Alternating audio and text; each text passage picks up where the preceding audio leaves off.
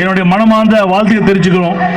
ஏன்னா 2014 நடைபெற்ற பாராளுமன்ற தேர்தலில் நம்முடைய கூட்டணியில் போட்டி போட்ட அவர்களுக்கு வெற்றி பெற செய்ய நம்ம கட்சி தொண்டர்களுக்கு இந்த நேரத்தில் மனமார்ந்த வாழ்த்துக்களை தெரிவிச்சுக்கிறாங்க. ஏன்னா ஒரு கூட்டணினா எப்படி இருக்கணும், கூட்டணி வந்த பிறகு கூட்டணி கட்சியுடைய வேட்பாளரை வெற்றி பெற செய்ய வேண்டும். இப்படி எல்லாம் செய்ய வேண்டியது நம்முடைய கடமை.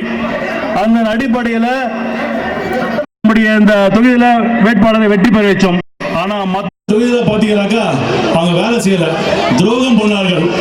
அதுக்காக சொல்ற இந்த மாவட்டத்தில் உள்ள தேமுதிக நிர்வாகிகளுக்கு என்னுடைய மனமார்ந்த வாழ்த்துக்களை தெரிவிச்சுக்கிறாங்க. இதே மாதிரி ஒரு கட்சியில திமுகவிலையோ அதிமுகவிலையோ பாமக நடக்க முடியுமா? நடத்தவே முடியாது. 100 ரூபாய் காசு கொடுத்தாதான் வருவாங்க. இதுக்கு ஏன் காரணம் இல்லை, கேட்டது காரணம் எங்களுடைய கழகத்தினுடைய அண்ணன் அவைத்தலைவர் டாக்டர் இளவ அவர்களும், கழகத்துடைய துணை செயலர் பால்சாரி அவர்களும், அக்பர் அவர்களும், சந்திரா அவர்களும் எங்களுடைய தருமபுரி கிருஷ்ணகிரியிலிருந்து வராங்க எங்களுக்கு. அதற்கு காரணம் கேப்டனுடைய மறு உருவம் விஜய பிரபாகரை வரவேற்கிறது. இந்த கூட்டம் எங்களுக்கு நாங்க வந்துட்டோம், 10 மணிக்கு வந்துட்டோம். ஆனா எங்க பார்த்தா கூட்டம், கட்சி கிடையாது, பொதுமக்கள் இந்த அளவுக்கு வரவேற்கிறாங்க. எனக்கு இது பார்க்கும்போது சந்தோஷமா இருந்தது. நான் டாக்டரை கேட்டேன், நான் டாக்டர் அடுத்த முறை தருமபுரியில் போட்டி போறீங்களான்னு. தலைவர் ஆணையிட்டால் கண்டிப்பாக தருமபுரி வெற்றி தருவேன், வெற்றி பெற்று சொன்னார்ட்ட. வாழ்த்துக்கள், எனக்கு நம்பிக்கை இருக்கு எனக்கு.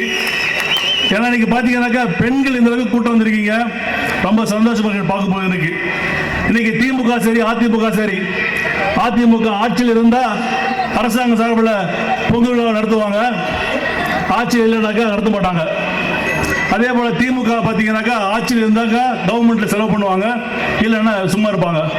ஆனால் நாங்கள் கட்சி ஆரம்பிச்சு இந்த 15 வருஷம் ஆட்சி இருக்குமோ இல்லையோ தொடர்ந்து மக்கள் பணியை பொங்கல் விழா செஞ்சு வருவாங்க. இன்னைக்கு பொங்கல் விழா மட்டும் கிடையாது, ரம்ஜான், கிறிஸ்துமஸ், புத்தாண்டு எல்லா தமிழ்நாட்டில் இருக்க எல்லா விழாவும் கொண்டாடும் ஒரே கட்சி தேசிய முற்போக்கு திராவிட கழகம் தான்.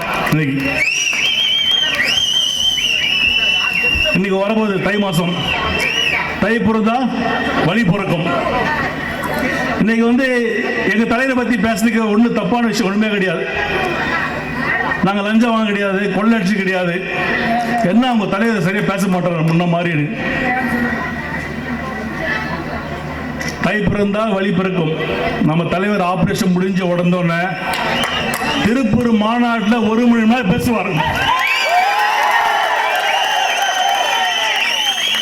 முடிஞ்சு போச்சுல, என்ன குறை தலைவர் பேசல முடிஞ்சு போச்சுல. கண்டிப்பாக தலைவர் பேசுவார். அடுத்த ஆட்சி நம்ம ஆட்சி தான், அது கண்டிப்பாக இருக்கும். இதை நான் ஏன் சொல்றேன்னாக்கா, இப்போ பொங்கலுடைய திரைப்படம் வந்தது. இப்போ சமீபத்தில் 2 படம் வந்தது. அந்த படத்துக்கு சிறப்பு காட்சி போடுவாங்க. பொதுவா சிறப்பு காட்சி போடும்போது மெட்ராஸில் பார்த்தீங்கன்னாக்கா நைட்டு 1 மணிக்கு போடுவாங்க, அப்புறம் 3 மணிக்கு போடுவாங்க. அப்போ மந்திரி சொல்றாரு, 1 கோடி ரூபாய் தனியாக அமைச்சு எங்களுக்கு, 1 கோடி ரூபாய் தனியாக அமைச்சிங்கனாக்கா நீங்க எத்தனை ஷோலாம் போட்டுக்கோங்கன்னு. இல்லைன்னாக்கா எல்லா தியேட்டரும் ரைட் விடுவோம், இப்போ தியேட்டருக்கு 50,000 பணம் கட்டணும் அப்படின்னு அந்த மந்திரி உத்தரவு போடுறாரு. நம்ம தியேட்டர் மக்கள் என்ன பண்ணாங்க, 1 கோடி ரூபாய் தியேட்டர் 1 கோடி ரூபாய் கட்ட வேண்டியது ப்ரொடியூசர் பணம் கட்டணும். 1 கோடி ரூபாய் ப்ரொடியூசர் கட்ட முடியாதுன்றாரு. இப்போ தியேட்டருக்கு நினைச்சாங்க, ஒரு ஷோக்கு 50,000 ரூபாய் பணம் கட்டிடலாம் அப்படின்னு. ஸோ பணம் கட்டி ஷோ எடுத்துனாங்க. இதை நான் ஏன் சொல்றேன்னாக்கா, இன்னைக்கு இருக்கிற மந்திரிகள் வீட்டில் பார்த்தீங்கன்னாக்கா அங்க இருக்கிற அசிஸ்டன்ட்ல பார்த்தீங்கன்னா கை வலிக்குதுன்றாங்க. உனக்கா சார் கை வலிக்குது, கால் வலிக்குதுன்னு. என்ன காரணம் கை வலிக்குது? இப்போ நோட்டை எண்ணி அவங்கள மாற முடியல, கை வலிக்குதான். நோட்டை எண்ணி அவங்க கை வலிக்குது அவங்களுக்கு இன்னைக்கு. அதுக்கப்புறம் பார்த்தாங்க மிஷின் வாங்கி போட்டாங்க. மிஷினை பார்த்தீங்கன்னாக்கா மிஷினில் விட்டா அப்படியே ஒரு 2 கோடி 3 கோடி மிஷின் சூடாயிடுது.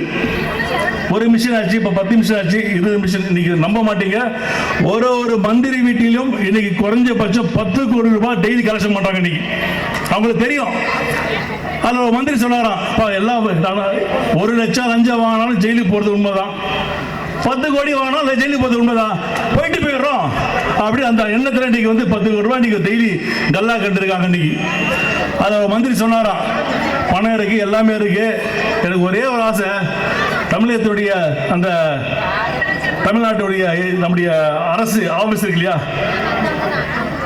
தலைமைச் செயலகத்தை வாங்க முடியல, வருத்தம் இருக்கு. யோசிச்சு பாருங்க எந்த அளவுக்கு புத்திசாலிகள். அது கவர்மெண்ட் பில்டிங், அதுக்கே தெரியல உங்களுக்கு. அந்த அளவுக்கு இன்னைக்கு இருக்கின்ற மந்திரியோட நிலைமை. இன்னைக்கு கேப்டன் அவர்கள் காலைல பேசினார் என்கிட்ட, என்னுடைய சார்பில் தருமபுரி மக்களுக்கும் தமிழக மக்களுக்கும் என்னுடைய பொங்கல் வாழ்த்து தெரிவி சொன்னார். அவர் சார்பில் கண்டிப்பாக அனைவருக்கும் என்னுடைய பொங்கல் நல்வாழ்த்துக்கள்.